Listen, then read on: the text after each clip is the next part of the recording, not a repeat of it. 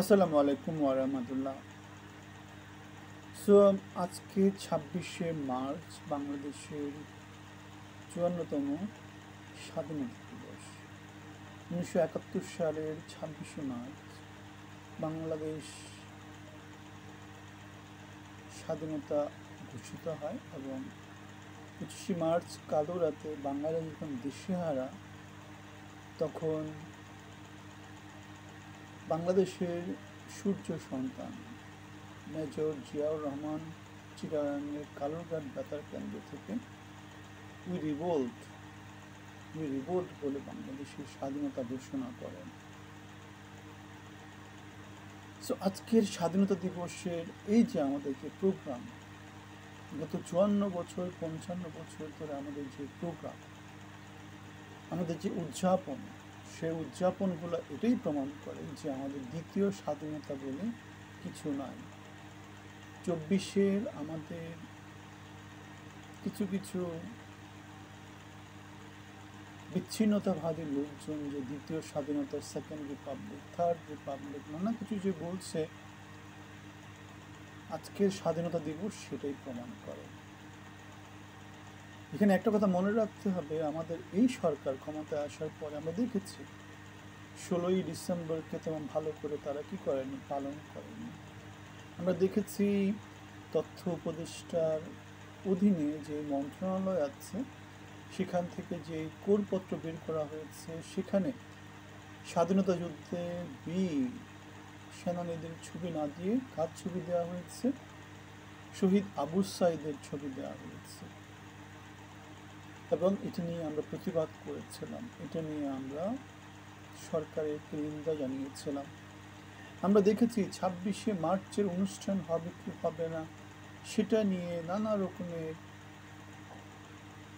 Confusion সমাজে প্রচলিত করে দিয়ে সরকার একটা ফয়দা নেওয়ার চেষ্টা করেছে। তারা 71কে অস্বীকার করার চেষ্টা করছে নানাভাবে। 26শে মার্চে আমাদের যে সামরিক বাহিনীর কুচকাওয়াজ হয়, সেটাকে তারা অস্বীকার করার চেষ্টা করেছে। 21শে ফেব্রুয়ারি যে অনুষ্ঠান, সেখানে আমাদের রাষ্ট্রপতি এবং প্রধান উপদেষ্টা একসাথে থাকার কথা ছিল, সেখানে আমরা স্পষ্ট একটা বিভাজন দেখতে পেয়েছি। আমরা যে কথা বলতেছি, বাংলাদেশের সমাজে এখন যে বিভাজনের পথে হাঁটছে, আমরা সেই বিভাজনের স্পষ্ট নিন্দা জানাচ্ছি।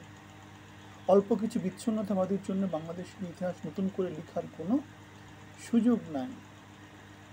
বাংলাদেশ উই রিভোল্টের কি যোগ্য উত্তরসূরি। বাংলাদেশ সেখান থেকে বাংলাদেশ স্বাধীন হয়েছে।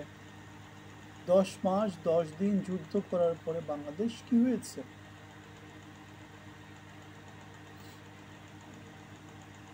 স্বাধীন হয়েছে। আমাদের 10 মাসের যে স্বাধীনতা সংগ্রাম, মার্চ থেকে ডিসেম্বর।